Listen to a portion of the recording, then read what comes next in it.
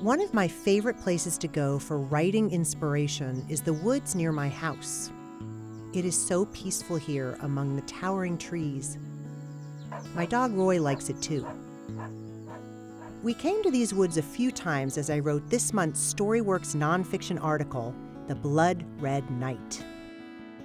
The story is about the Great Peshtigo Fire of 1871, the deadliest fire in American history.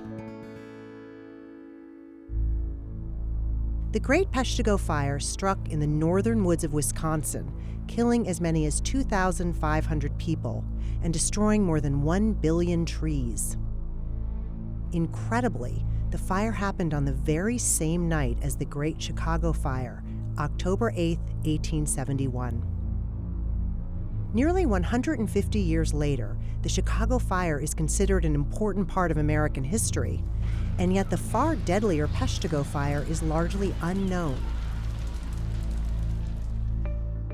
I wanted to help change that by writing this article for Storyworks. I decided that my article should be a work of narrative nonfiction.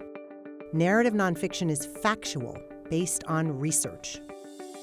But a narrative nonfiction story does more than just deliver information. The goal is to turn the information into an exciting story, a story that has suspense, vivid descriptions, and characters that you care about.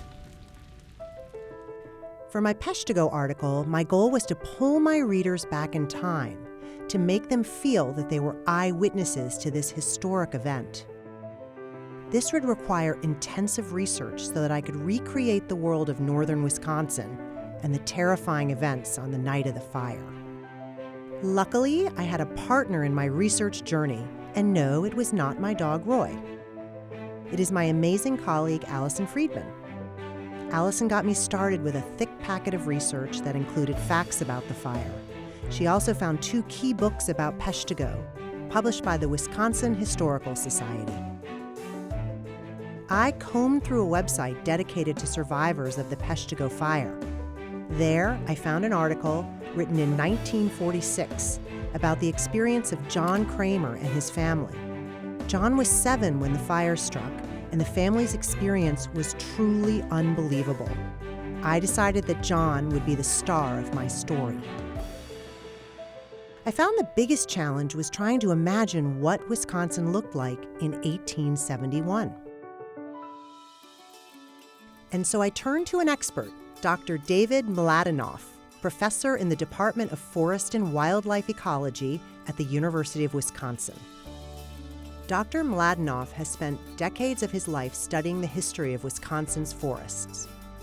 He helped me understand how enormous these forests were, that there were billions and billions of trees stretching for thousands of square miles.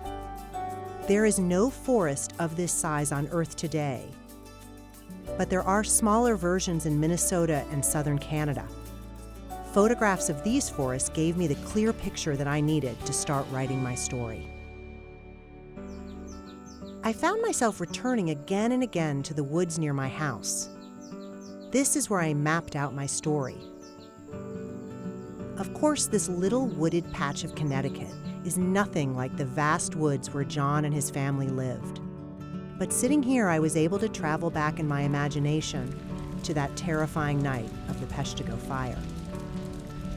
The experience of writing about such a devastating event was a difficult one for me, to think about all the people who died, who suffered, the loss of so much wildlife. But it was worthwhile to me to bring John's story to life, to honor the memory of those who lost their lives, and to make sure that this incredible event is no longer forgotten. I hope you enjoy this story in the January issue of Storyworks.